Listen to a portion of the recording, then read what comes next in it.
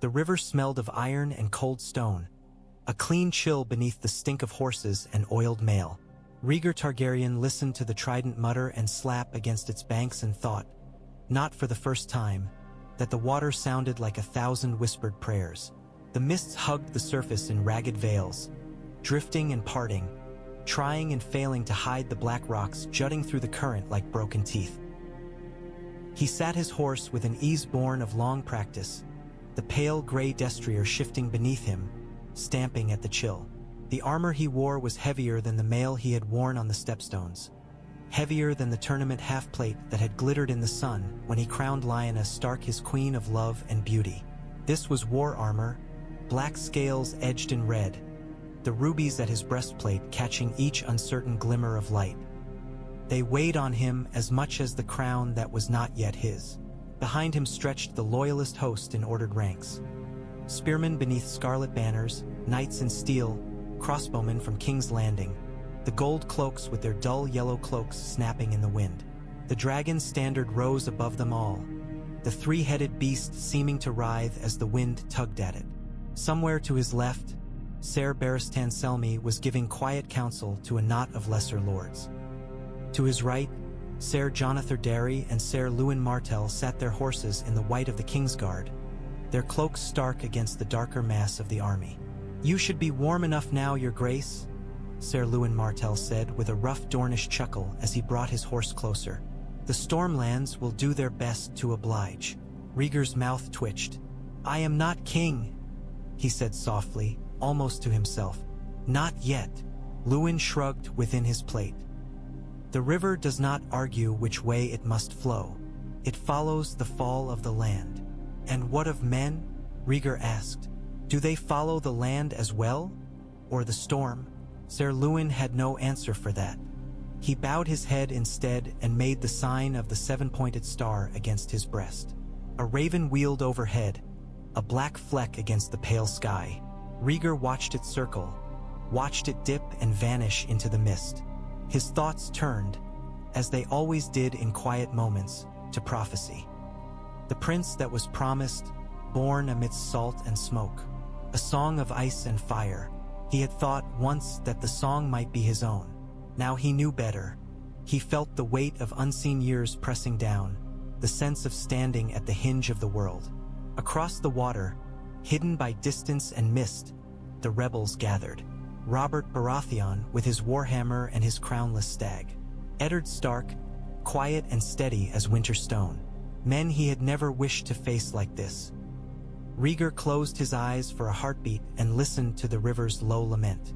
When he opened them again, his gaze was hard. "Send the scouts," he said. "I would know how the stag arranges his antlers before I break them." Robert Baratheon spat into the mud and watched it vanish. The ground here was half river already, wet clay churned by hooves and boots into something that clutched at a man's feet, tried to hold him when the arrows came. His breath steamed in the cold and hung around his head like a war god's crown. The Trident murmured a bowshot away, its fords hidden by mist.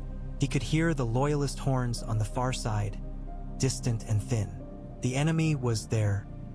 Targaryen knights with their bright plumes and prettier armor, Reach men in flowering surcoats, the gold cloaks of King's Landing, men who had never known hunger or a lord's laziness. Robert rolled his shoulder, feeling the familiar pull of old bruises and scar tissue. His hammer sat easy in his great hand, the leather-wrapped haft worn smooth where his grip always fell. "Cold morning for killing," a voice said at his side. Eddard Stark sat his horse beside him, gray eyes taking in the river, the mists, the faint shapes beyond. Dark hair hugged his face, lank with sweat. His mail was plain, his surcoat grim with dried blood and road dust. Around them stretched the branches of the rebel host, the banners of the north snapping in the wind, the pale direwolf prowling on field of gray, the falcon of House Arryn, the storm-crowned stag, the lesser sigils of houses who had gambled everything on one young man with a hammer. "Any morning is good enough," Robert said, "so long as it ends with that dragon bastard dead." "He is still a prince," Eddard said quietly, "and he is still a man, not a monster." Robert's teeth flashed in a humorless grin. "Tell that to Lyanna." Eddard's jaw tightened, the only sign that the words had bitten. Robert looked away, back toward the river. It had all come down to this stretch of water. Months of running and raiding, of half-starved storms and desperate stands. Long nights in makeshift camps where men whispered mutiny into their cloaks. The Battle of the Bells. Jon Connington's failure. The slow turning of the coin that was Lord Tywin Lannister. Face down until no man knew which way he would land. "Scouts say he is here," Eddard went on. "Rhaegar Targaryen himself with half the royal host. They say he's wearing rubies on his breastplate." "Good," Robert said. "That will give me something to smash." He lifted the hammer, feeling its familiar weight settle his thoughts. The weapon was ugly, head scarred and darkened by dried blood, edges nicked and dented from too many hurried battles. Men spoke of Rhaegar's harp, of the Silver Prince who sang. No song the man ever played would matter if Robert could silence him here. He looked once at Eddard. "When I find him, Ned, don't you dare pull me back. I will be too busy staying alive," Eddard replied. "Do not let his rubies blind you. Armor is armor. Men die the same underneath." Robert laughed, a booming sound that rolled across the ranks and drew answering cheers. The men needed to hear it, needed to hear that their lord was not afraid. "Armor is armor," he echoed, "and I am Robert Baratheon." He turned his horse toward the river, toward the thin gray veil where fate waited, and kicked his heels. Eddard Stark felt the cold seep through his boots and settle in his bones. The North's chill was a clean, honest thing, born of snow and wind and long nights. This was different. The damp here crawled up from the river, clinging to mail and wool, creeping beneath the skin as if it meant to root men where they stood. Around him, the men of the North waited. Some shifted from foot to foot, spears quivering slightly in time with their nerves. Others stared ahead with that peculiar stillness that belonged to winter wolves and men who had already made their peace with death. The dire wolf of House Stark flew above them, its gray cloth snapping against the pale sky. It looked as if it was trying to tear free. Cregan Karstark stood at Eddard's right, big hands flexing around the shaft of his spear. "How many do you think they're bringing, my lord?" he asked. "Enough," Eddard said. "More than enough if we falter." Karstark grunted. "We won't." From somewhere down the line, a man began humming a half-remembered song. Another joined him. The tune skewed and wavered, but it carried, threading through the clink of armor and the snort of horses. Eddard caught a phrase, something about a maiden on a hill, waiting for a lover who never came back from war. He looked across the river and wondered, briefly, whether Lyanna sat somewhere, humming her own songs, waiting for him to bring her home. Or whether she was with Rhaegar Targaryen still, by choice or by chains. A horn sounded from the rebel side, short and sharp. The humming died. Men straightened, lifted shields, set spears. Another answering horn answered from across the Trident, higher and clearer. Eddard saw a flicker of color through the mist. Red and black, the dragon's breath. He thought of Winterfell, of stone walls and godswood shadows, of the weirwood's white bark and bloody leaves, of Benjen's laughter, of his father's measured voice, of little Bran, not yet born, not yet a thought in anyone's mind. All of it hung on this morning. If they broke here, there would be no march on King's Landing, no justice for the charred bones of Rhaegar Stark, no reckoning for Brandon's last scream. Eddard drew in a slow breath and let it out. His hand rested lightly on the pommel of ice. The great sword was too unwieldy for the crush that was coming. He would fight with a plainer blade today, one of steel and sweat rather than legend. Still, the weight at his side steadied him. He heard the thunder of hooves before he saw the riders. Robert Baratheon and his chosen companions, pounding toward the ford that their scouts had marked. Between the standing stones that rose from the river like old giants, the water ran shallower, churning white around pale boulders. That was where they would cross. That was where prince and rebel would meet. "Ready," Eddard Stark said, though no one had asked him. "Ready, damn you. The storm is coming." The first arrows rose like a black flock, loosed from behind the dragon banners. They whistled over the river and fell among the rebels, thudding into shields and bodies with dull, wet sounds. Men cried out. A horse screamed as a shaft buried itself in its flank, sending the animal crashing sideways into the ranks. Robert Baratheon barely seemed to notice. He had drawn his antlered helm down over his brow, the bronze antlers scarred from old battles, and his hammer rested across his thigh. His focus was on the river and the shadowed shapes moving on the far side. "Forward," he bellowed. "Storm's End. For the stag." The words rolled over the host and became something else. A roar, rising from 1,000 throats. The Stormlanders surged toward the ford, shields up, spears angled. Northerners moved with them, grim and silent, steps steady despite the arrows. Eddard Stark took his place in the press, the air thick with the stink of fear and determination and men's resolve. Across the water, Rhaegar Targaryen lowered his visor. The world narrowed to the slit before his eyes, a thin band of gray and motion. He raised his sword, bright steel against the washed-out sky, and felt the surge as the cavalry behind him readied themselves. Ser Barristan Selmy took station at his right, white cloak billowing. Ser Jonathan Darry and Ser Lewin Martell flanked his left. Men of the Reach and the Crownlands filled in around them, their armor polished, their lances bright. "Loose again," Rhaegar said, voice echoing inside his helm. "Then we ride."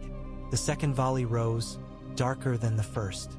Rhaegar watched it crest and fall, watched the gaps it opened in the rebel front. Men tumbled into the river, dragged down by the weight of their mail. The Trident swallowed them without comment. "Ride," he said quietly. They surged forward as one, horses lunging into the shallows. Cold water splashed up against greaves and flanks. The ford forced them into a narrow path between jagged rocks. Hoofs struck sparks where stone broke the surface. The air filled with shouts and the hard clash of metal on metal as the first ranks met, grinding together like millstones. Rhaegar's world exploded into motion.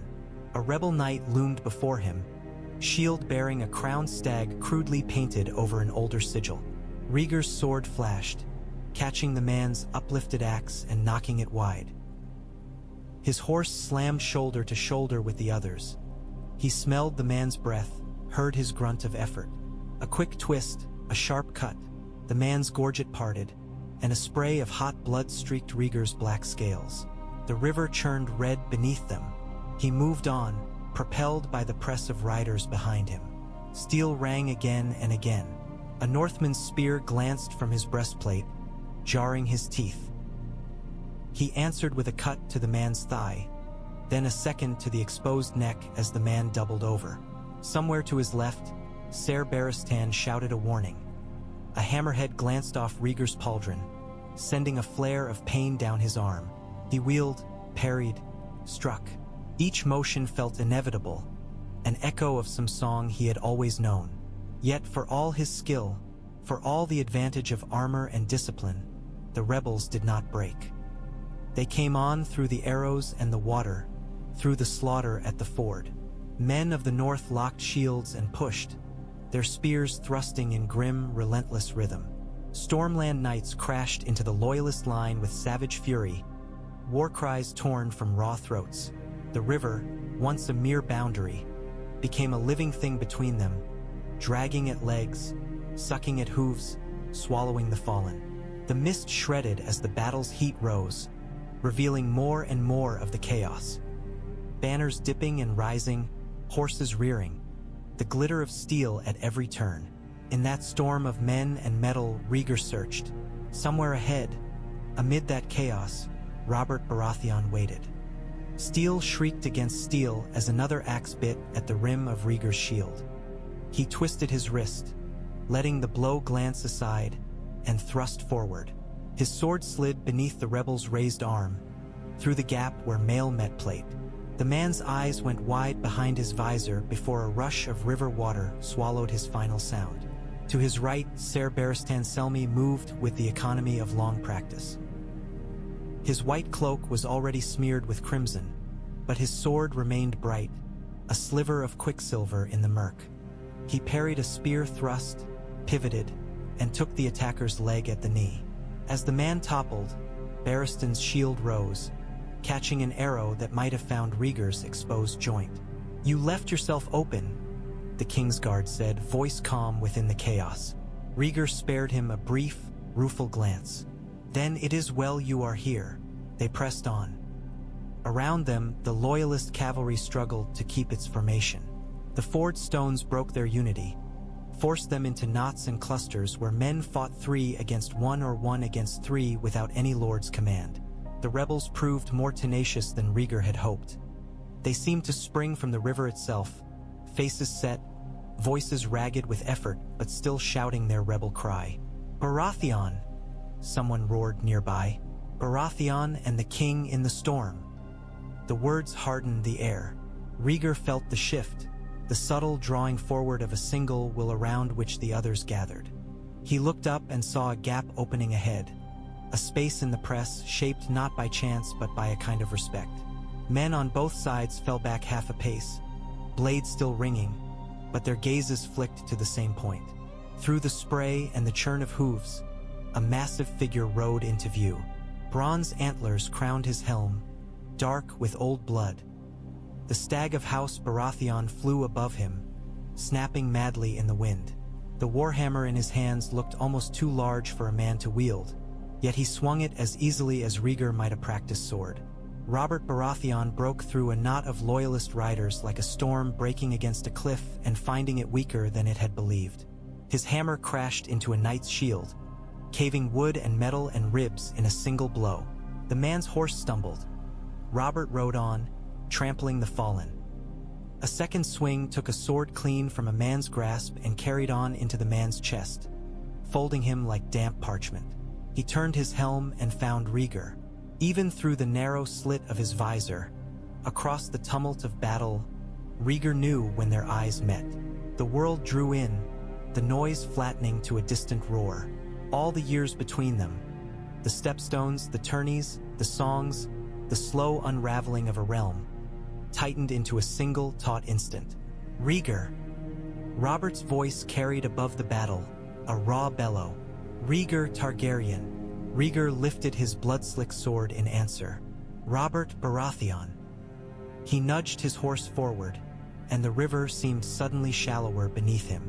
"Stay with him," Ser Barristan murmured at his side. "We will hold the line." "No," Rhaegar said. "You will hold the realm." Then he closed his visor, raised his shield, and spurred his horse toward the oncoming storm. They came together like opposing storms, each certain he was the gale that would tear the other apart. The river dragged at hooves and boots, but it could not slow the momentum of that charge. Men parted before them in ragged, stumbling confusion. Some fell, trampled beneath iron-shod hooves. Others reeled back, clutching wounds they had not yet had time to feel. Rhaegar's world was a tunnel of gray mist and dark water, of glinting metal and the steady thunder of his horse's hooves. His heart beat a harsh counterpoint, each pulse a word. Now, now, now. He saw Robert Baratheon looming larger with each breath, saw the warhammer already lifting, the heavy head dark with old blood and fresh. The man's shoulders were vast, muscles bunched beneath dented plate and leather. He looked less like a lord and more like some old story's giant, a creature carved from oak and iron and fury. Rhaegar shifted his grip on his sword, feeling the leather press into his palm. He had trained for this all his life, though he had never imagined the foe's face would be this man's. He had trained with lords of the Kingsguard, with Braavosi water dancers, with hard-eyed master-at-arms who had no patience for prophecy or songs. All of them had drilled the same truths into him. Keep your shield high, watch the weapon, not the eyes, control the ground. But the ground here was treacherous water, hiding stones beneath its surface. His horse stumbled, just slightly, as a hoof struck a submerged rock. The movement jolted him in the saddle. It lasted less than a heartbeat, but he felt it all the same, that flicker where balance was almost lost. Robert saw it. The hammer came in low first, fainting toward the horse's legs. Rhaegar wrenched his shield down, catching the blow. Pain exploded through his arm as the impact shuddered up through bone and muscle, almost tearing the shield from his grasp. Splinters flew as the wooden core cracked. Before he could recover, the hammer rose again, head wet with river water and blood. Rhaegar forced his mount onward, closing the distance faster than the hammer could fall. He thrust, aiming for the gap beneath Robert's raised arm, where the pauldrons left a narrow strip of mail exposed. The stag lord twisted. The point scraped across his breastplate with a scream of steel, tearing shallow furrows but failing to bite. The hammer fell. Rhaegar threw himself sideways, letting the weight of the blow carry past him. The head smashed into the surface of the river instead, sending up a spray of water and fragments of stone. The shock of it shivered up into Robert's arms, his shoulders jerking. They passed each other in that instant, horses almost colliding. Rhaegar smelled sweat and leather and something like sour wine. He thought he heard Robert laugh, a deep, wild sound. They wheeled, almost as one. Behind them, men were dying in droves. Northerners and Stormlanders, Crownlanders and Reachmen, all locked in a brutal, muddy knot where banners tangled and fell. Eddard Stark fought on foot now, somewhere in that press, his sword cutting an arc through the air again and again. Ser Barristan rallied the loyalist cavalry, pushing them forward to close the gaps the duel had opened. None of it mattered, not in the narrow circle where Prince and Rebel King turned to face each other again. Rhaegar felt something inside him settle. Fear shrank to a hard, bright point, no larger than the tip of his sword. Around it coiled other things. Grief for a father already half mad, regret for choices made in moonlit gardens, the weight of a child's future resting in hands not yet grown. It all compressed into resolve. The river pulled at them. The sky pressed down. Between them, the next stroke waited. The second meeting was closer, more cautious. They circled, horses huffing steam, hooves sucking at the sodden riverbed. The world around them remained a maelstrom. Men shrieking, steel clanging, horns blaring commands half lost in the din. But in that small circle of water and death, a different rhythm took hold. Robert's shoulders rose and fell with each breath. Sweat ran down his face beneath the helm, stinging his eyes. He blinked hard to clear them, never letting his gaze leave Rhaegar's stance. The Silver Prince sat his horse with the poise of a tourney champion, sword held just so, shield angled to catch the light and his enemy's attention both. "Come on, then," Robert called through his visor. "All those songs about you, let's see if they left anything out." Rhaegar did not answer. He had no breath to waste on japes, and the men dying around them needed no more words. He watched the way Robert's fingers shifted on the hammer's haft, the subtle flex of muscles before a swing. He noted where the man's armor had already been compromised, the shallow furrows on the breastplate where his first thrust had scraped, the loosened strap at the left pauldron, the dent along the rim of the helm. He also noted the easy way Robert carried the hammer, as if its immense weight were nothing. Each time the man lifted it, water streamed from the head in scarlet lines. Each time he brought it down, the air itself seemed to flinch. They tested each other with feints and half-hearted strokes. Robert shifted his grip and swung high. Rhaegar raised his shield, letting the blow glance away, then snapped a cut toward the man's thigh. Robert twisted, armor grinding, and the sword skittered off his cuisses. Rhaegar ducked low beneath the backswing, feeling the wind of it tug at his hair. Minutes stretched, carved in strokes and parries. Somewhere, a horn sounded again, higher and more desperate. Rhaegar ignored it. The battle would live or die on this little patch of river. If he fell, the dragon would fall with him. If he prevailed, the realm might yet be dragged back from the brink of madness and fire. He thought of Elia, thin and pale on silk cushions, watching him with dark, wounded eyes as he spoke of prophecy instead of love. He thought of Lyanna, wild and laughing beneath the pale blooms of Harrenhal, her hand light on his cheek as she listened to his harp. He thought of his children, too young to grasp any of this, their futures hanging on the arc of these next few strokes. Robert lunged.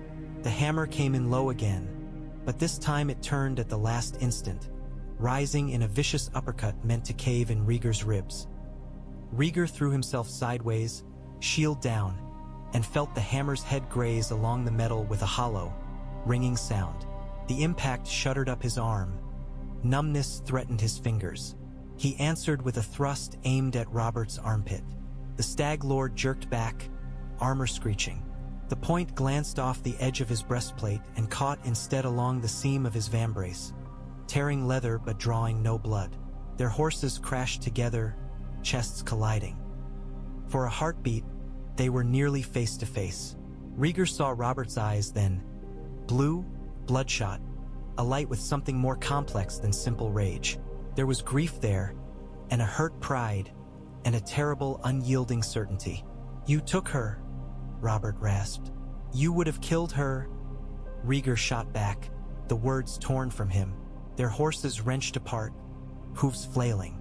Water splashed high, spattering their helms with river mud and blood. The moment of stillness broke.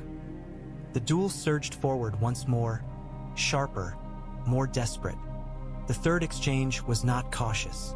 It was not clever. It was as inevitable as the turning of seasons. Robert felt something give in his left shoulder, a hot flare of pain where an old wound tugged at scar tissue. His breath came harsher now, each inhalation scraping his throat. He could feel the river dragging more insistently at his horse's legs, the animal tiring beneath the weight of armor and man. Around them, the rebel line had pushed deeper into the ford, but progress had slowed. The loyalists held still, anchored by the white cloaks and the discipline of long service. This could not last. Stamina would decide it as much as steel. "Enough," Robert muttered to himself. "Enough dancing." He fainted once, a quick half-swing meant to test Rhaegar's reactions. The prince's shield rose smoothly, catching the non-existent blow. His sword shifted, ready to exploit the opening that never came. Robert saw the motion, the neatness of it. He felt something savage rise in him in response. He raised the hammer high. The weapon felt heavier than it ever had before, but he embraced the weight, pulled it close like an old companion. He let his heels dig harder into his horse's flanks, driving the animal forward with a desperate burst of speed. The river surged around them, but could not slow that final rush. Rhaegar saw the hammer go up. He could have withdrawn, pulling back to let the blow fall short. He could have circled, waited for Robert's strength to ebb further. That was not the choice he made. He thought of dragons and stags and wolves. He thought of banners and burning cities and a father whispering to Wildfire. He thought of a child not yet born, blood of dragon and wolf both, whose life would be written in the ashes of this day. He stepped in. To meet brute force, he offered precision. His shield rose at a sudden angle, not to meet the hammer head-on, but to turn it. At the same time, his horse moved just a fraction sideways, hooves scrambling for purchase on slick stone. The adjustment was small, but it shifted the lines of impact. The hammer came down like a falling star. It struck the rim of Rhaegar's shield, the glancing angle sending it skittering off rather than smashing through. The shield exploded in splinters. Agony shot up Rhaegar's already numb arm. But the worst force of the blow carried past him. Robert's momentum dragged him forward, the hammer's weight dragging him further still. His balance tipped. For a heartbeat, his chest was open. The antlered helm pitched just slightly down as he fought to recover. Rhaegar drove his sword in. He did not shout. There was no time for words, no room left for them. The point of the blade found the gap between breastplate and gorget where leather and mail overlapped. Years of practice guided his hand, the blade sliding up beneath the protection and into the flesh beneath. Resistance, then a terrible, yielding warmth. Robert's breath hitched. The hammer's head crashed into the river behind Rhaegar with a splash that sounded like a breaking dam. The force of the impact tore the weapon from his grasp. His free hand clawed at Rhaegar's shoulder, fingers digging into black scales. The two men hung there for a moment, bound by the steel between them. Rhaegar's arm shook with the strain of holding the sword in place. He could feel Robert's heart beating against the blade, frantic and powerful, and then less so. A low sound escaped Robert's throat. It might have been a laugh or a curse or some old Stormlands prayer. Rhaegar would never know. Their horses shifted. Robert slid, armor grinding against Rhaegar's, then dropping away. The sword came free with a wet, sucking sound. Blood followed, dark and heavy, pouring down the front of Robert's armor to spill in ribbons into the already red water. The stag fell.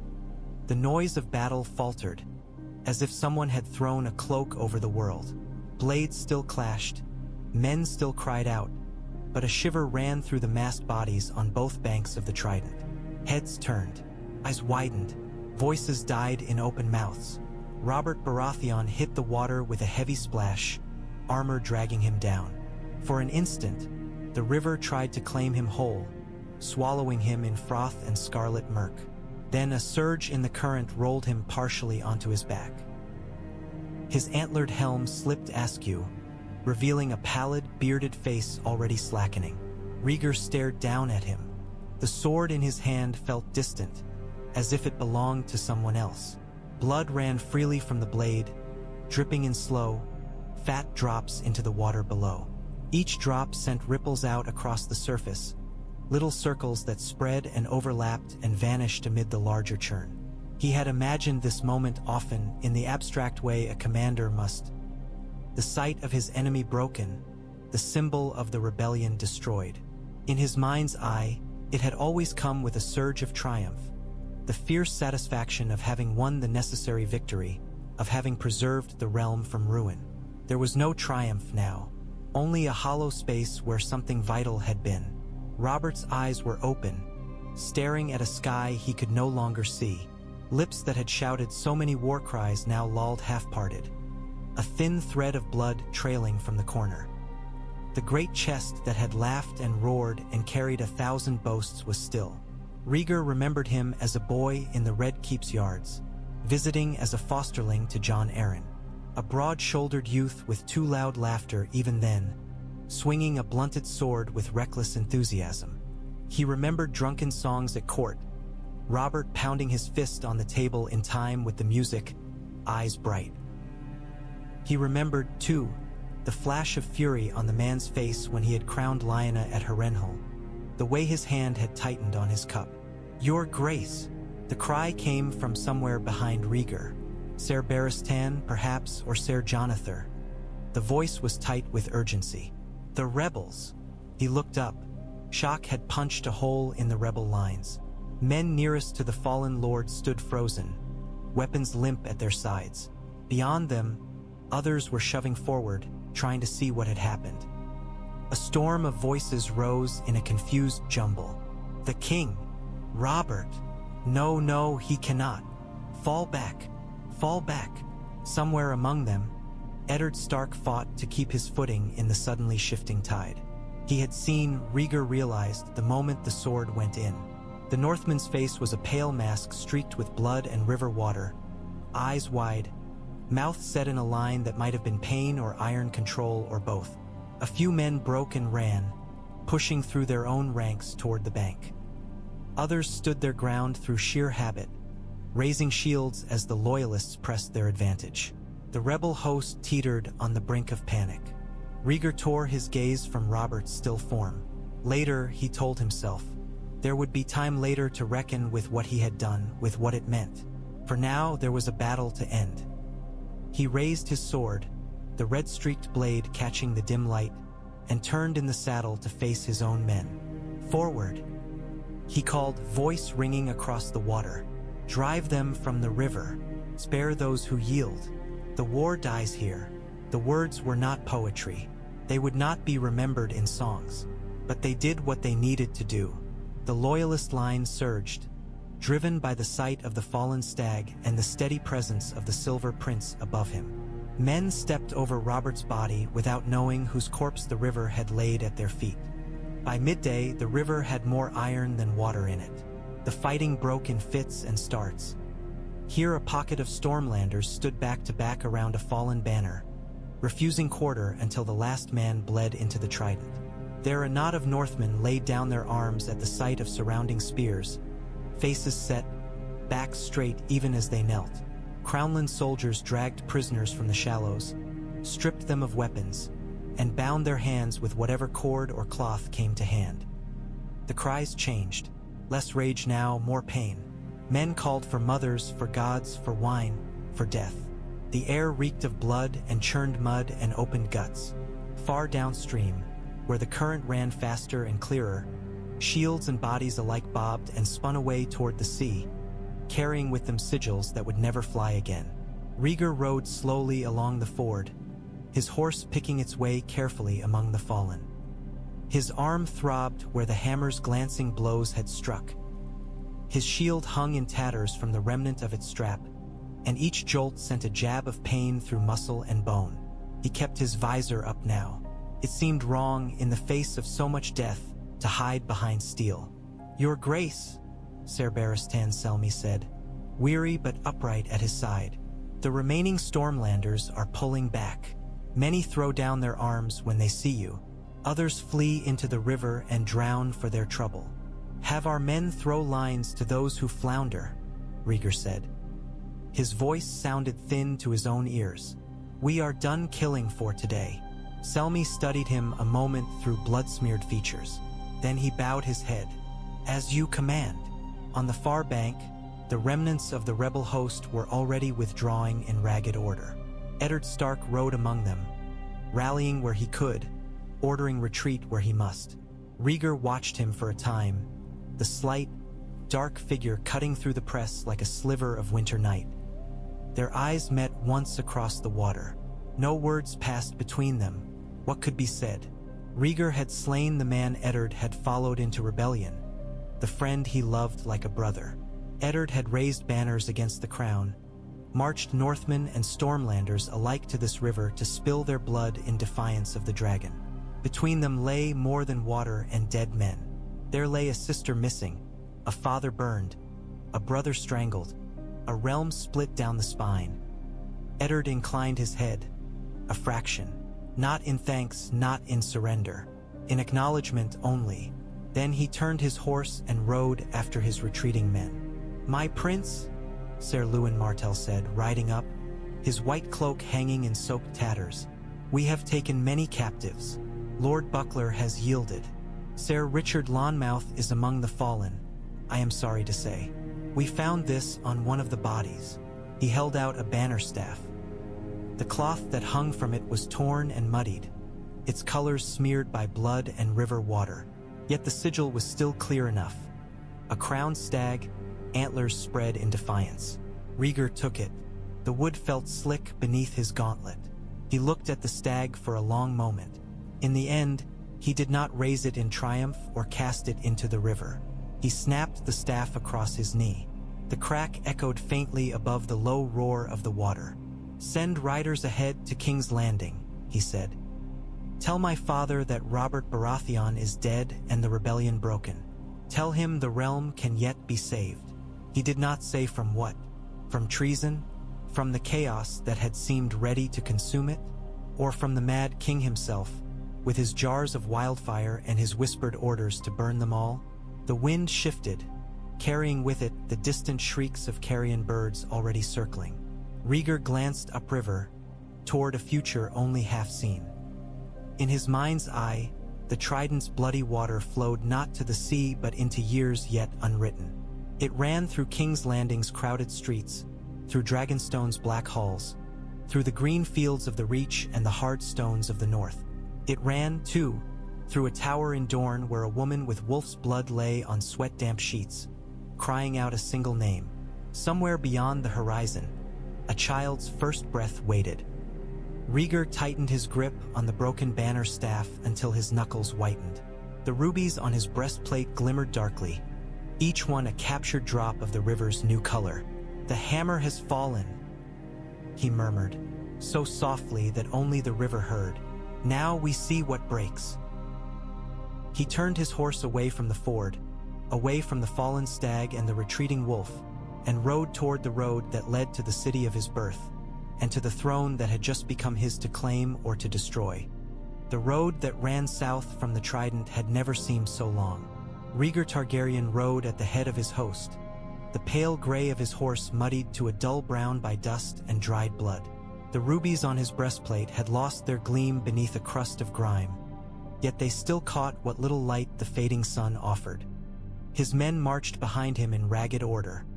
Knights with dented helms, spearmen with nicked blades, archers whose quivers sagged nearly empty. Victory had not made them less tired. It had only given their weariness a purpose. By the time the walls of King's Landing rose into view, the sun was a molten smear sinking behind a bank of dirty clouds. The city squatted along the glittering line of the Blackwater Rush, its walls no grander than they had been in Aegon's day. Smoke drifted lazily over the roofs, the cook fires of 100,000 souls. Above it all, the Red Keep perched like some red stone carrion bird, watching the world with 1,000 arrow-slitted eyes. Between city and river lay another thing, a sea of tents and pavilions, banners snapping in the evening breeze, crimson lions on gold, a cornucopia of lesser sigils, the black bat of House Went, the plummeting stones of House Clegane, a scattering of Westerland colors. Tywin Lannister had not yet gone home. "Lions at the gate," Ser Barristan Selmy observed quietly. He rode a few paces behind Rhaegar, white cloak stiff with dried blood, helm tucked beneath one arm. "I had wondered how Lord Tywin would greet news of your victory." "With open arms, no doubt," Ser Jonathan Darry said, sourness in his tone. "When he is sure which way the wind is blowing." Rhaegar said nothing at first. His gaze traveled from the lion banners to the city gates, shut tight, their heavy timbers banded in black iron. No Lannister host stormed those walls, not yet. No smoke of burning rooftops rose in thick, suffocating columns. The bells of the Great September lay silent. He had ridden in enough campaigns to know the look of a sack. This was not that. Not yet. "We sent the raven from the ford," Rhaegar said at last. "If it reached the city, my father knows Robert Baratheon is dead and the rebel host broken." "And if it did not?" Ser Lewin Martell asked. "Ravens go astray. Arrows find them. Storms take them." Rhaegar's fingers tightened on the reins. "Then King's Landing waits on knives' edges, and no one knows which will fall first, the lions or my father's." He could almost feel Tywin Lannister's calculations in the way the Westerland camp was laid out. The nearest tents nestled up against the city walls like supplicants, guarded by neat rows of pikes and archers as if to say, "Let us in and we will protect you." Further back, heavier pavilions and siege lines hinted at other, less loyal uses for that same army. "You think Lord Tywin means to force a choice," Barristan said. "I think Lord Tywin has never done anything in his life without weighing what it gains him," Rhaegar replied. "He will not burn the city without need. It would cost him coin he will never see again. But if he thinks the rebels have won—" "They have not," Ser Jonathan broke in. "No," Rhaegar agreed, "but only a fool stakes his future on what he believes alone. Tywin Lannister stakes his on what everyone else believes as well." He urged his horse forward, picking his way down the last slope toward the outskirts. The smell of the city came on the evening wind. Tanneries and dung, river mud and cook fires, and the sour tang of too many bodies crammed into too little space. Beneath it all, faint and acrid, something else. A hint of something that made his throat itch and his eyes sting with a memory he could not quite place. He glanced once toward the Red Keep, its red stone towers bleeding into the sky. His father was up there. So were Elia Martell and their children, Aegon and Rhaenys. Somewhere, hidden beyond those walls and streets, were the jars and casks of wildfire that the alchemists loved and Rhaegar hated. Little green seas waiting for a single misplaced spark. The city had not fallen. The lion had not been let in. The dragon had won the river and come home. Now the hardest part began. The throne room stank of old smoke and older fear. Braziers hunched along the walls, their coals long since turned to ash. Candles guttered in iron sconces, their flames guttering whenever a door opened to admit another blast of cold air from the high hall beyond. The Iron Throne loomed above it all, a heap of twisted steel that caught the thin light in cruel edges. The blades of Aegon's enemies had been bent and melted and fused to make it. Rhaegar had always thought it looked more like a threat than a seat. His father clung to it with both hands, fingers dug so tightly into the old swords that beads of blood clung to the metal. Aerys II Targaryen had once been a handsome man, lean and bright-eyed. Now his beard hung in untrimmed tangles, crusted with the remnants of meals no one had dared to wipe away. His hair, once lustrous silver, lay limp and greasy against his cheeks. His eyes burned still, but what they burned with was no longer anything so simple as life. "Traitors!" he hissed, the word a dry rustle. "Snakes, they slither at my gates." Below the steps, Grand Maester Pycelle bowed so deeply his nose nearly brushed the floor. "Your Grace, Lord Tywin only begs leave to enter as your loyal servant." His ravens speak of how he sat fat and silent in Casterly Rock while the realm burned, Aerys snapped. Of how he turned his cloak in silence, waiting to see if the stag or the dragon would stand last. He laughed then, a high, brittle sound that echoed unpleasantly in the cavernous chamber. The king's guard at the base of the throne, their white cloaks stirring in the faint currents of air, did not so much as twitch. "He thinks I will open my gates to him," Aerys went on. "He thinks I will let his lions prowl my streets. I know Tywin Lannister. I know what he does to cities that trust his banners." Pycelle swallowed, the motion making his wattled neck wobble. "Your Grace is wise to be cautious. Yet, if the rebels come, the rebels have already come, old man. They came with their banners and their cries for Robert the Usurper. They came to tear my son from me, to drag my grandchildren from their beds and dash their heads against the walls." Aerys' bloody fingers tightened further on the blades at his sides. "The city must be made ready. The traitors will learn what it means to betray the dragon." "A raven has come, Your Grace," another voice said, smooth as flowing silk. "From the Trident." Lord Varys stepped forward, his robes whispering against the stone. He did not bow as deeply as Pycelle. Somehow, his smaller gesture carried more true deference. His hands, soft and well-kept, held a gray-feathered scroll tube. Aerys' head snapped around. "Well, speak, spider. Do not hoard your news like a miser with his gold." "The battle is done," Varys said. "Robert Baratheon is fallen. Prince Rhaegar has broken the rebel host and drives them north in disarray. The Raven was sent by Sir Richard Lonmouth, though it seems he later fell in the fighting." For a breath, the throne room was utterly still. Even the guttering candles seemed to pause. Then Aerys began to laugh. It rose up out of him, a jagged sound, too loud in the already echoing hall.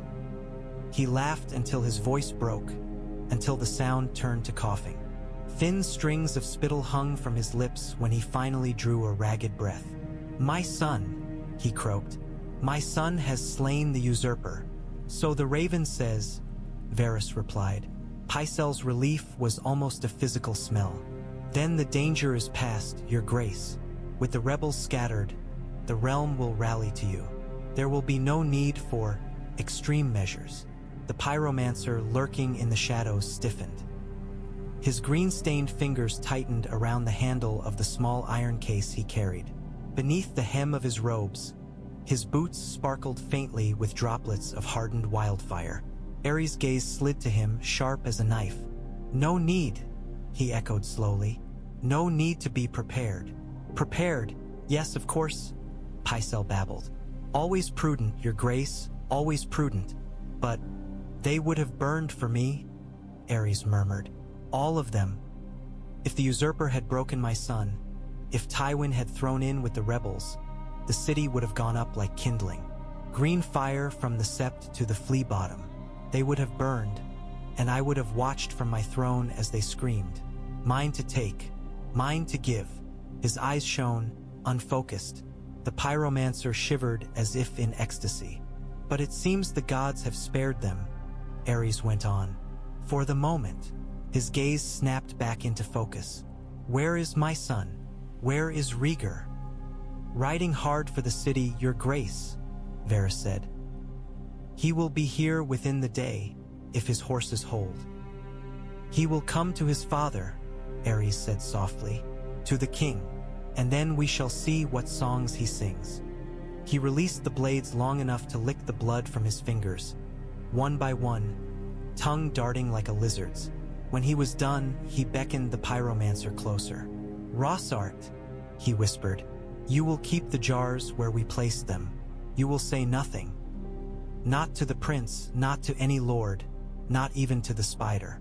If the lions try my gates, if the rebels rise again, if my son looks at me with usurper's eyes, you will be ready. The pyromancer bowed so low his forehead touched the bloody steps. As you command, your grace, Rossart said. The wildfire waits only your word. One spark, and burn them all, Aerys murmured, almost lovingly. Every traitor, every rat. Varys lowered his eyes and folded his hands, hiding whatever expression might have flickered there. Far above, unseen in the vaulted gloom, a single raven shifted on its beam, black eyes reflecting the sickly green of candle flame. Sir Jaime Lannister had learned to stand very still. The first months in the White Cloak, he had fidgeted. His fingers had drifted toward sword or belt or the hem of his cloak, restless as any boy's. The Iron Throne had seemed impossibly large then, the hall around it a cavern where history itself watched from every shadow. He had been 17 and hungry for glory, and every heartbeat felt like a drum. Glory had not tasted the way he expected.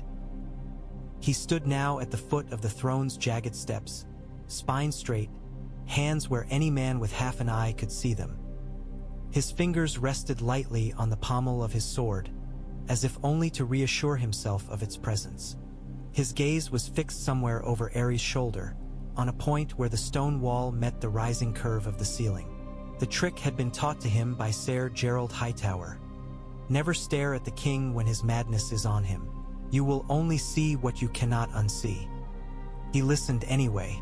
The words about wildfire slid along his spine like sour grease.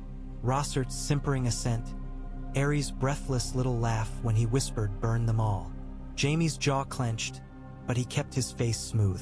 Your father remains outside the walls, Ser Jaime, Varys said, somewhere between deference and gentle reproach. He makes camp beneath the mud gate, banners furled.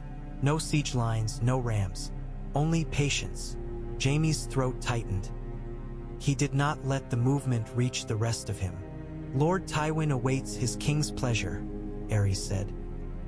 He waits to see if the usurper's dogs reach my gates. The usurper is dead, your grace, Pycelle put in. So the raven says, Aerys replied. Ravens can be killed, maesters can be bribed. I will trust my own eyes.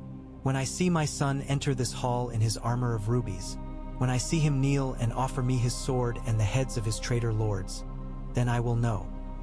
Until then, the lions may crouch outside my city like the carrion beasts they are. Jaime's mind slipped, for a moment, from the hall to the camp beyond the walls. He pictured the familiar banners, the crimson and gold of House Lannister. Cersei's face rose unbidden. Green eyes hard, mouth shaped in a line that looked so like their father's when she was displeased. She would be in one of those pavilions now, unless Tywin had sent her back to Casterly Rock. Pacing, no doubt.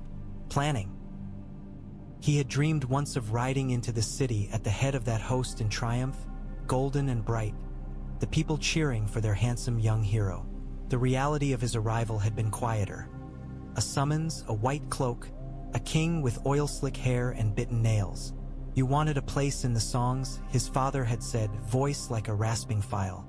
Very well, you'll have one. Just remember that songs are lies more often than not. Jaime looked at the man on the throne and thought that for once, his father might have understated matters. Ser Jaime, Aerys said abruptly, and the name cracked across the hall like a whip. Jaime snapped his attention upward. Your grace, you will remain by my side until my son comes, Aerys said. You will not ride out to your father's camp. You will not whisper in any ears. You will not open any gates. Do you hear? I swore to guard your life, your grace, Jaime said carefully. I am here. Aerys smiled then, a thin, splitting thing that showed too many teeth. Yes, he said. You are here. You will watch Kingsguard. You will see what happens to traitors. Jaime bowed his head. Inside his breastplate, his heart hammered a frantic beat. He had taken the oaths to defend the king, to obey him, to keep his secrets, even from his own blood, especially from his own blood. But as Rossart bowed and backed away, clutching his secrets in green-stained hands, Jaime found himself thinking of the city beyond these walls, of the crowded streets and huddled houses, of the children who chased each other through alleys, of the old men who dozed on sunlit steps, of the women who bargained in the market with sharp tongues and sharper eyes. If the jars were where Aerys had ordered them placed, a single spark could turn all of that into screaming, green-lit ruin. Ser Barristan would tell him a Kingsguard's duty was clear, the king's will always. Ser Gerald would say the same with more iron. They had served Aerys longer, had watched the slow rot of his wits, and yet they had not moved.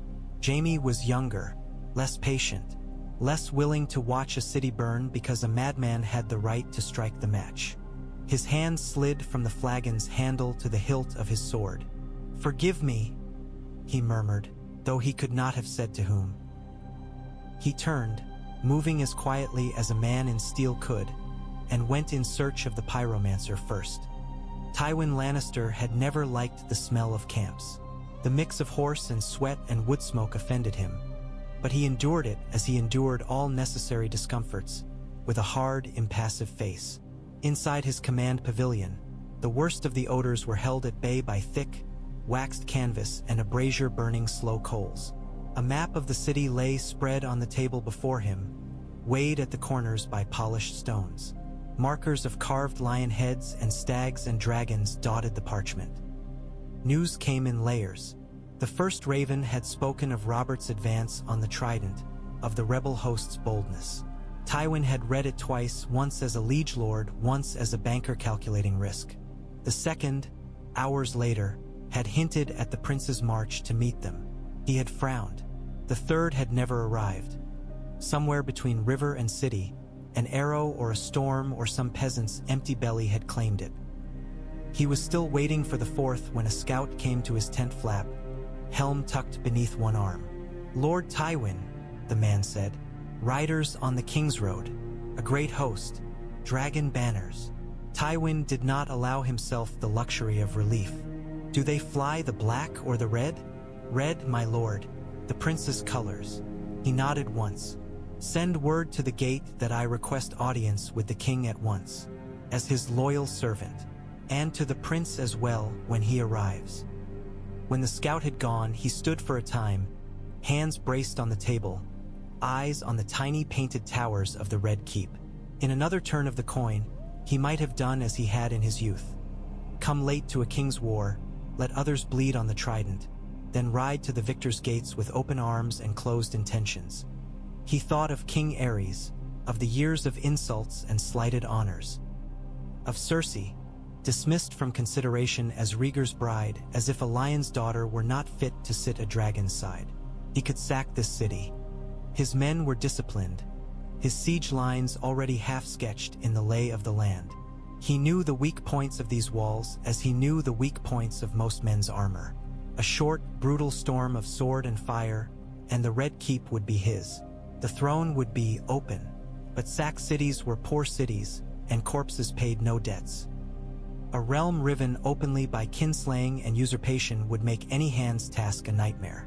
Tywin Lannister did not dream of crowns. He dreamed of order, of a world where his name opened doors and closed mouths. If Rhaegar Targaryen had won the Trident, then the surest road to that order lay not through ashes, but through quiet rooms and careful offers. He straightened, smoothing an imaginary crease from the front of his tunic. "Kevin," he called. His brother entered, dutiful as always. "My lord." "When the prince reaches the city, I will request a private audience," Tywin said. "You will see that our men remain in their lines. No provocations, no brawls with the gold cloaks.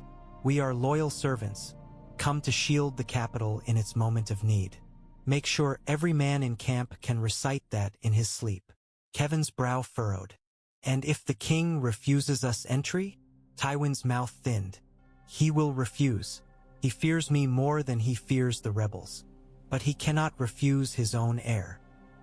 He looked once more at the tiny dragon markers on his map, at the painted streets of a city that had almost been a memory. Almost. When Rhaegar Targaryen comes to take up his victory, Tywin said softly, I intend to be at his side, not outside his walls. Outside. A bell tolled once, twice, the sound carrying on the night air. The city's silhouette loomed darker than the sky, a shape waiting to be rewritten.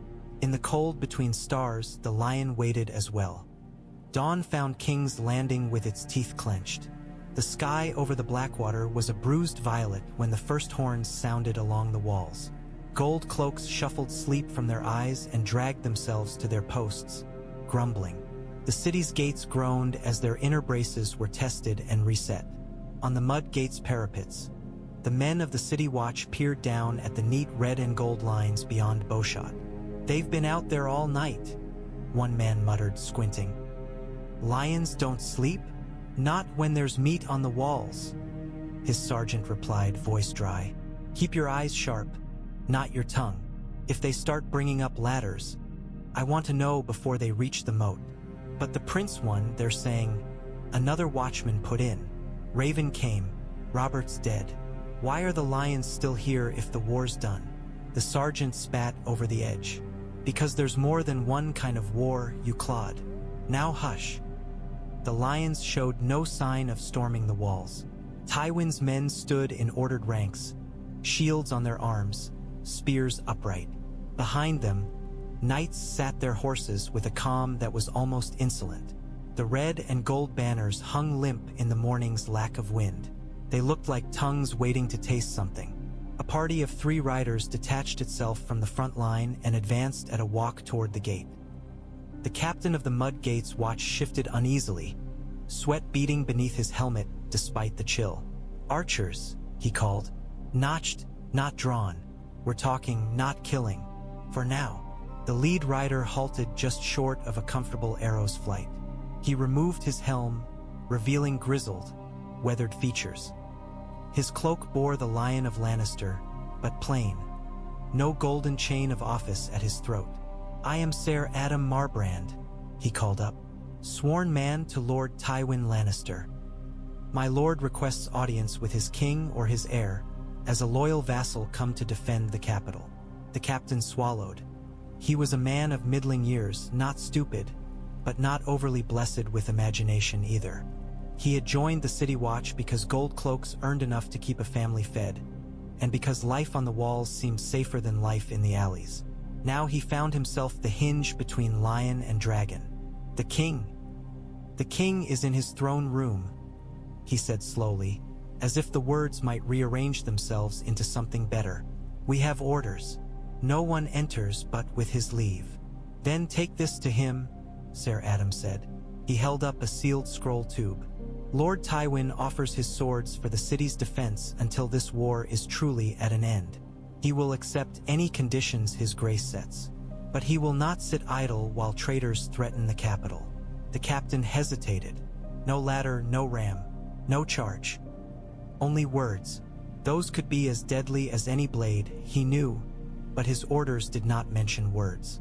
I'll send it, he said at last. No promises more than that. None asked, Ser Adam replied. We wait. The missive made its slow way up through the city. From hand to hand, up crooked streets and marble steps, past yawning shopkeepers and sleeping nobles, to the Red Keep's outer gate. Past red cloaks and white cloaks, past scribes and stewards, to the heavy doors of the throne room. By the time it reached King Aerys, the sun had pushed a pale disk above the horizon. The city's waking noise rose in a low murmur. Vendors crying wares, carts rattling, bells ringing the hour. Inside the Red Keep's heart, the air was still and stale, thick with old smoke and older paranoia. The city pressed in on him. Rhaegar had ridden through these streets before, but then it had been on tourney days or festivals. The air had been thick with flowers and sweetmeats, not chamber pots and smoke. Music had floated on the breeze. Now it was the clatter of carts and the low murmur of wary voices. Gold cloaks trotted ahead, shouting for the crowds to clear the way.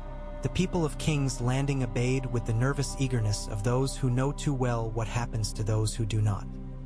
They flattened themselves against walls, ducked into doorways, hauled carts aside to make a narrow lane. Faces peered from upper windows, from alley shadows, from behind hanging laundry. "Is that him?" A woman whispered as Rhaegar rode past, voice half awe, half dread. "The prince." "He's the one who ran off with that wolf girl," another muttered. "They say she bewitched him, or he bewitched her." "I heard he killed the usurper himself," a cobbler said. "On the river, cut him open like a pig." A child's voice piped up, bright with the callousness of youth. "If he killed the stag, does that make him the new king?" Rhaegar kept his gaze forward, but he heard every word.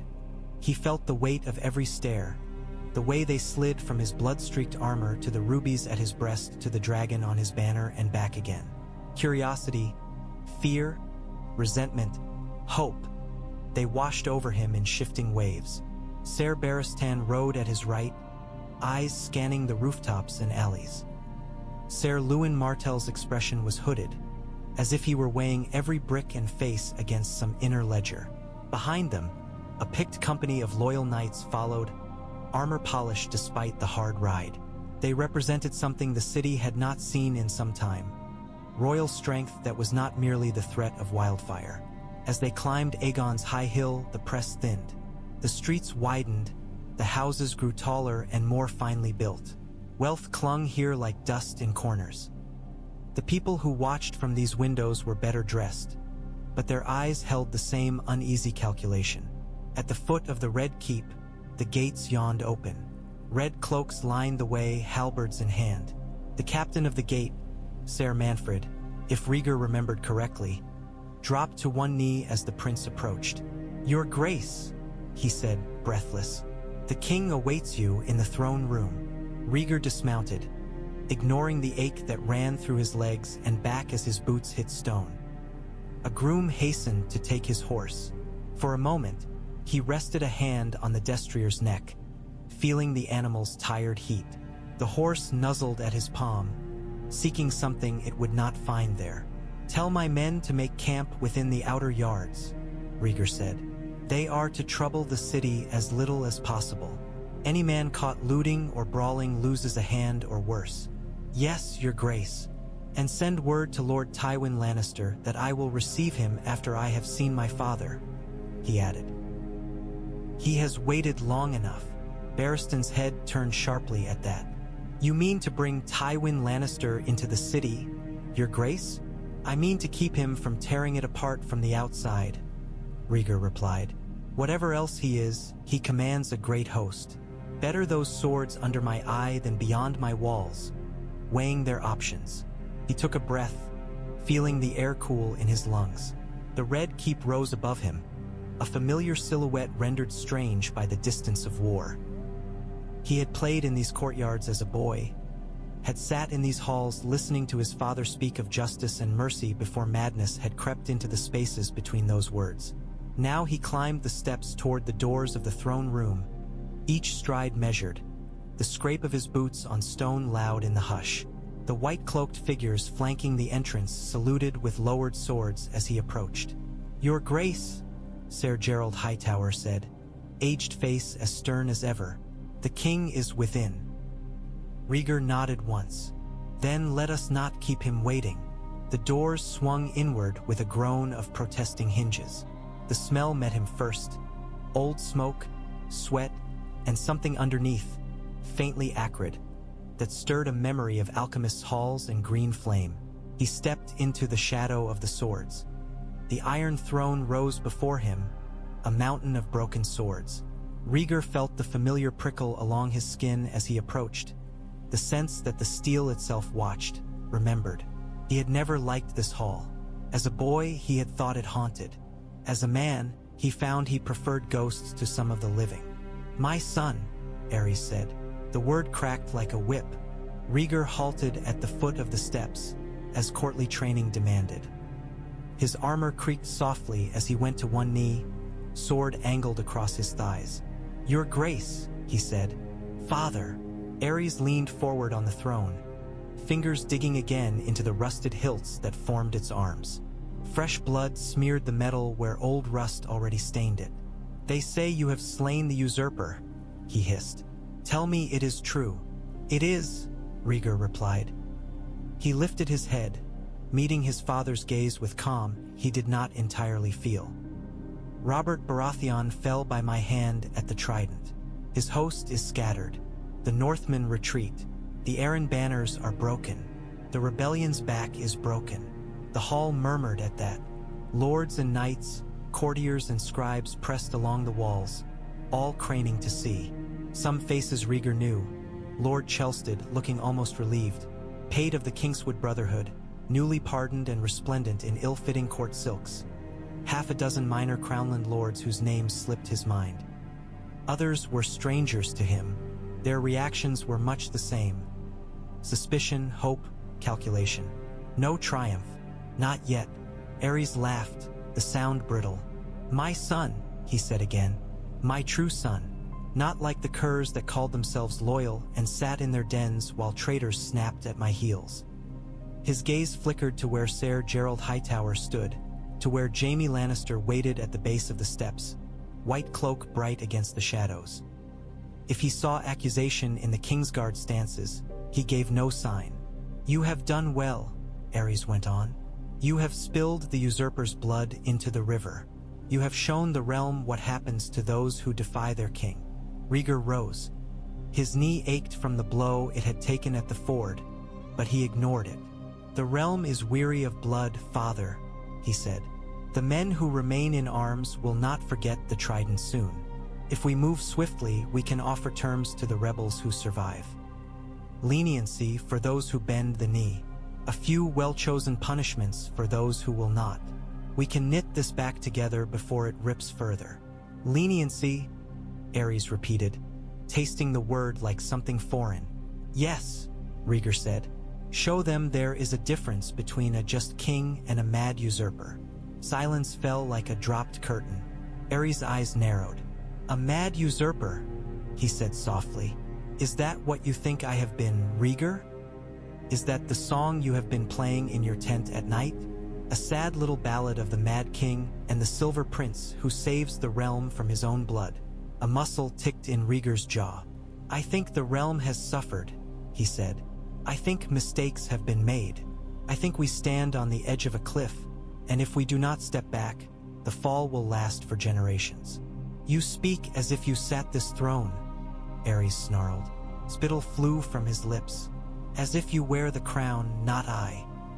"I do not seek your crown," Rhaegar said, "only to help you hold it." Aerys' laugh came in a high, cracked burst. "Lies," he said. "Varys told me this day would come. Didn't you, Spider?" All eyes turned to the eunuch. Varys's hands folded more tightly in his sleeves. "I have only ever spoken what my little birds bring me, your grace," he murmured.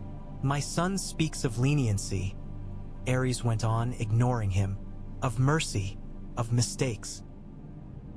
He would bring the wolves and the falcons and the stags back into my halls, seat them at my table and call it peace. What do you think they will do, Rhaegar? Bend the knee and forget they're dead? Forget how their rebel king died in the river, how his blood fed the fish while the dragon feasted in the capital?" Rhaegar's hands curled into fists at his sides. "If you answer their rebellion with fire and slaughter," he said, "you will make 1,000 more Roberts. You will turn half the realm into martyrs and the others into monsters. There must be reason. Justice. Justice," Aerys whispered. "You speak to me of justice? When traitors howl at my gates and my own son questions my will." His gaze snapped to Rossart, lurking at the edge of the hall. "The jars," he said. "They are still where I ordered them?" "They are, your grace," the pyromancer replied, eyes gleaming. "Beneath the sept, the flea bottom, the gates, the red keep itself." "Father," Rhaegar said sharply. "What jars?" Aerys smiled then. It was a terrible, thin thing. "The wildfire that will cleanse the city if it proves unworthy of my rule," he said. "A king cannot rule ashes, but he can deny them to his enemies." Rhaegar took a step up the stairs without meaning to, boots ringing on steel. "You would burn your own people," he said, each word heavy. "If they are traitors, they are not my people," Aerys whispered. "If they forget who their king is, they deserve the fire." He leaned forward, eyes fever-bright. "Do you doubt me, Rhaegar?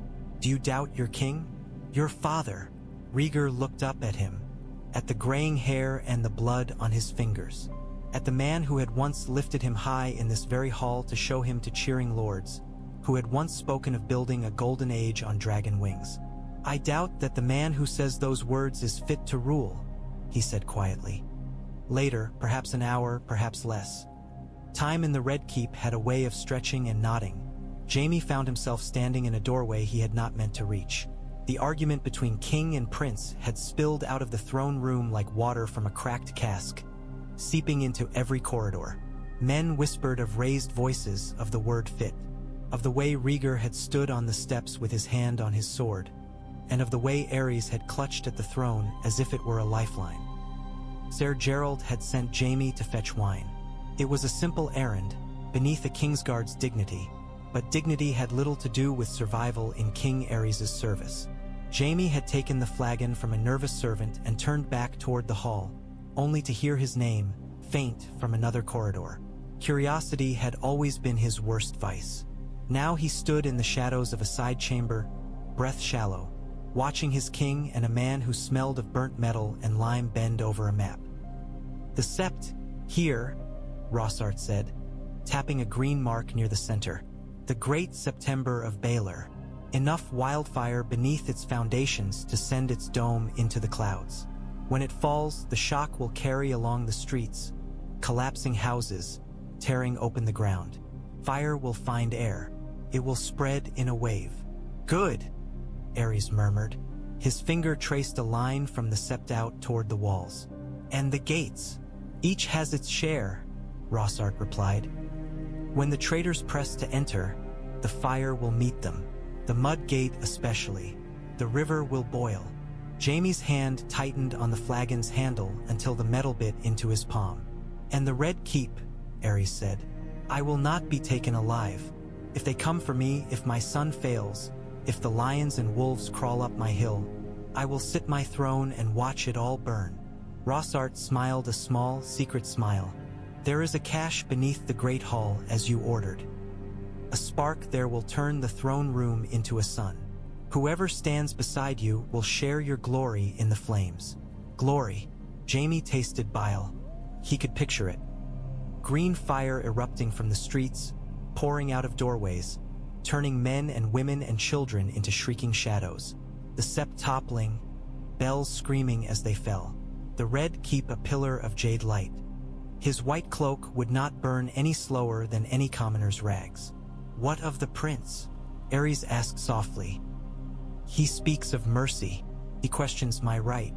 If he comes to me with demands, if he dares to put his hand upon my arm in this hall and tell me what I must do."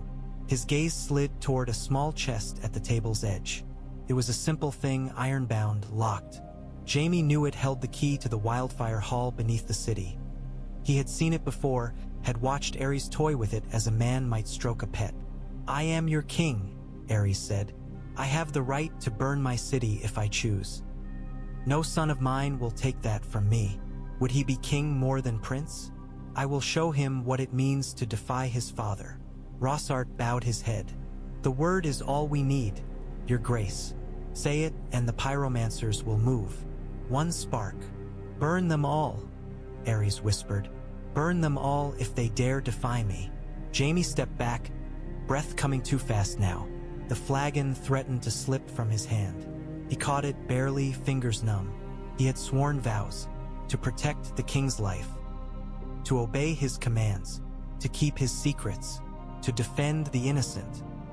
He thought of the little girl he had seen that morning in the street, clutching a wooden dragon, of the old man dozing by the gate, snoring softly, of the washerwoman who had curtsied awkwardly when his white cloak brushed past her.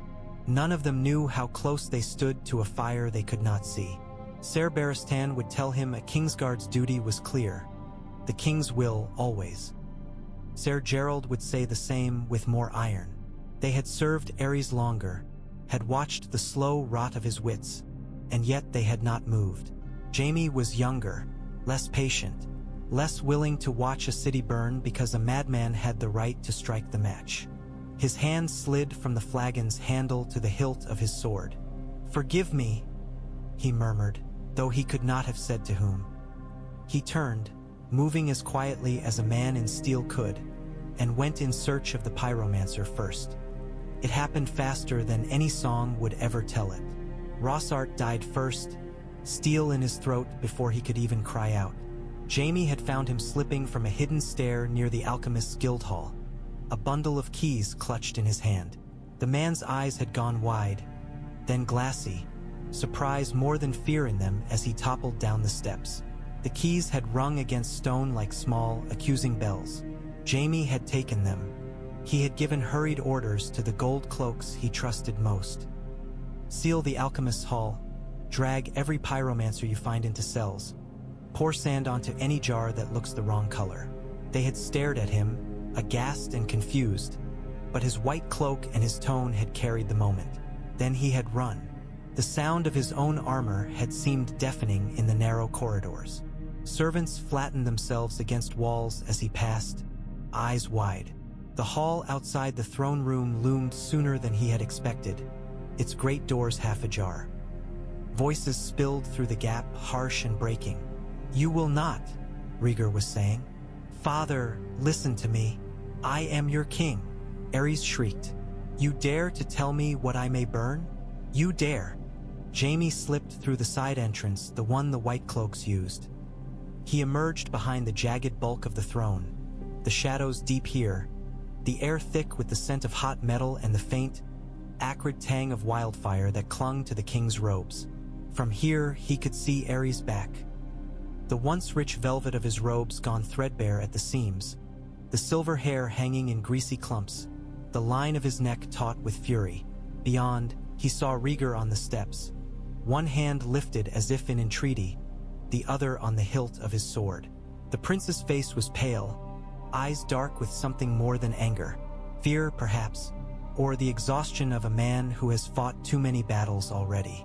"Father," Rhaegar said, "I have seen the jars. Jaime has told me where they lie. You will order them destroyed." "You dare command me?" Aerys hissed. "You dare come into my hall in your bloody armor and tell me what I must do? I should have had you drowned in your cradle." His hand clutched at the arm of the throne, fingers slipping on old rust and new blood. "You will not burn this city," Rhaegar said. Each word was an iron bar, laid down to build something new. Aerys' shoulders hunched. For a moment, Jaime hoped, that the old man might sag back, might spit a curse and wave them both away, that he might mutter some order for Rossart to stand down and slither back into the tattered shell of kingship he had worn for too long. Instead, Aerys screamed. "Rossart!" he cried. "Chelsted! Any of you! Light it! Burn them all! Burn them all!" His hand flew to his chest, groping for the small iron key that hung on a chain beneath his robes. The key that opened the Wildfire's heart. Jaime moved. His sword was in his hand without conscious thought. He vaulted the last few steps behind the throne in a rush of clinking chain and swinging cloak. Aerys' head snapped around at the noise, eyes flaring wide. "You," he began. The blade went in between his ribs, just below the shoulder blade, where Jaime knew from long practice that the heart lay. He felt the resistance of bone for a fraction of a heartbeat, then the sickening, yielding slide as steel found its way through. Aerys' scream cut off in a wet gasp. His body jerked, hands flailing for purchase among the throne's swords. One found a blade and sliced itself open to the bone. Blood spattered the steel around him.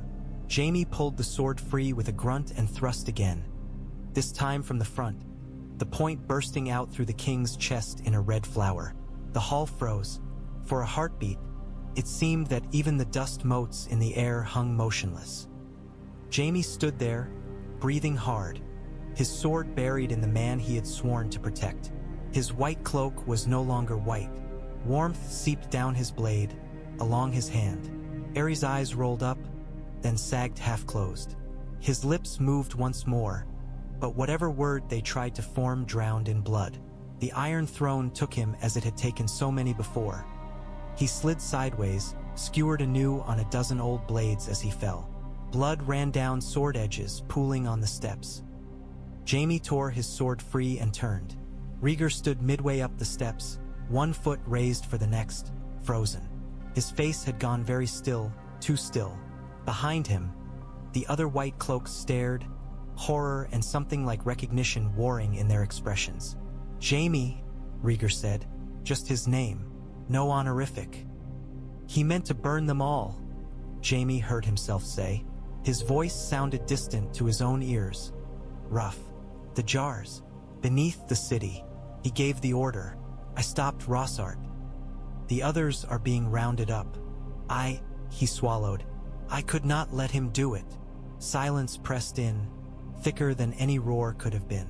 Rhaegar looked down at his father's corpse, at the blood-slick blades, at Jaime's sword still dripping. When he raised his eyes again, something in them had changed. The throne room did not roar. It did not erupt into chaos. The shock was too great, the act too stark. For a long moment, no one moved. Then the sound came back in increments. A dropped sword clattering on stone. A stifled curse. The rustle of silk as someone shifted their weight. Far off, beyond the high windows, the faint murmur of the waking city seeped in, oblivious. Jaime sank to one knee of his own accord. His body felt hollow, his limbs too light, as if he might float away if he didn't anchor himself to the blood-slick floor.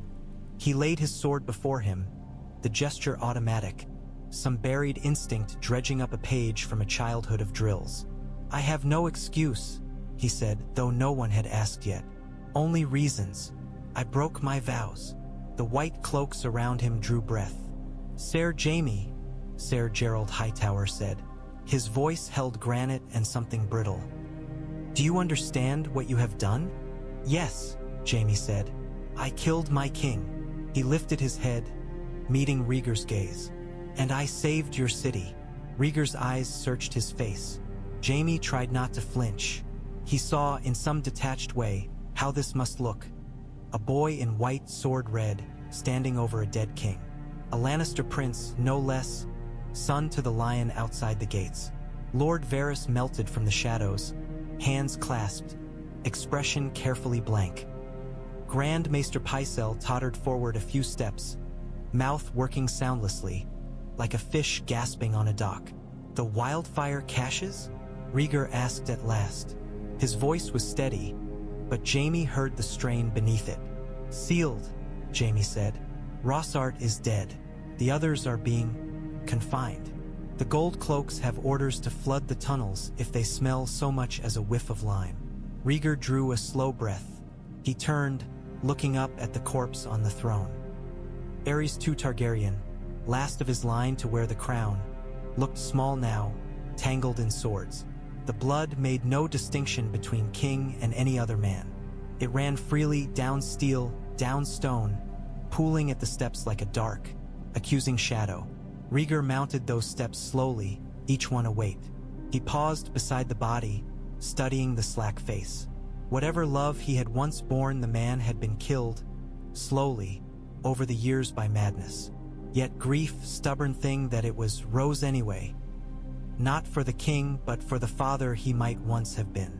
In his mind, Rhaegar said quietly, to no one in particular, he had already burned the city. He ruled only the ashes. He reached out and closed Aerys' staring eyes with 2 fingers. Blood smeared his glove. When he straightened, his shoulders seemed broader, as if some unseen load had settled there. He turned back to the hall. Ser Jaime Lannister, he said. The name carried differently now. Men straightened when they heard it. You have broken your vows. You have slain your king with his back turned. By every law of gods and men, what you have done is treason and kinslaying both. Jaime let out a breath he had not realized he was holding. So this is how it ends, he thought. Not in a blaze of wildfire, but in a hall that smells of smoke anyway.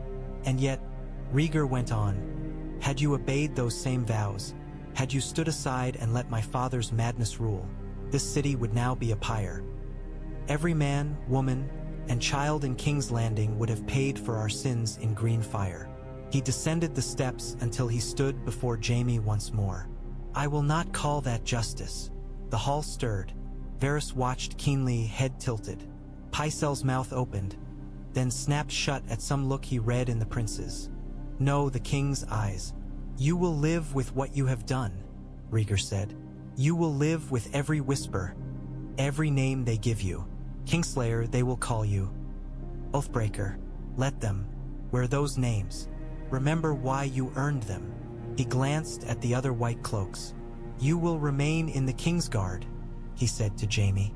Not as honor, but as burden. You swore to protect the realm. In this, at least, you have kept that part of your oath. Jaime swallowed. His vision blurred for a moment. He blinked it clear. As you command, your grace, he said. Rhaegar looked beyond him then, to the lords and knights and courtiers who still lined the hall. Witness, he said. King Aerys is dead, slain by his own madness. The throne he clung to has cut him as it was meant to cut all unworthy kings. I did not strike the blow, but I will bear the cost. He turned, looking up at the Iron Throne once more, eyes tracing the jagged silhouette. I will not sit it today, he said. Not above my father's blood. A murmur rippled through the hall. Tradition demanded a coronation, a swift seating of the new king to show the realm that power had not been left unclaimed. Rhaegar let the whispers wash over him. First, he said, the jars will be found and destroyed, every one. The alchemist's hall will be emptied of wildfire. The city will be made safe. Only then will I ask any man to call me king. He looked to Varys. You will send word to Lord Tywin Lannister. He will be admitted to the city under strict conditions. His men will camp outside the walls or in the outer yards. No more. Any who loot or harm the small folk will be punished as harshly as my own. To Dorne, he added, turning to a scribe. A raven to Prince Doran Martell. His sister and her children live. The madness that endangered them is ended. I will answer for it when I can look him in the eye. His gaze dropped, briefly, to the spreading pool of blood at his feet. And to the north, he said softly, to Eddard Stark. Tell him his friend is dead, and that I will speak of peace if he will listen. The war has taken enough from us all. The scribe scribbled, ink spattering. Pycelle dabbed at his brow with a cloth. Flustered, Varys inclined his head, lips pursed. In the midst of it all, Jaime stayed on his knees. His hands were sticky with a king's blood. His sword lay before him like an accusation, and an absolution both. Above, the Iron Throne loomed, its steel edges wet and red. The fall of King's Landing had not come with a roar of lions or the crackle of wildfire.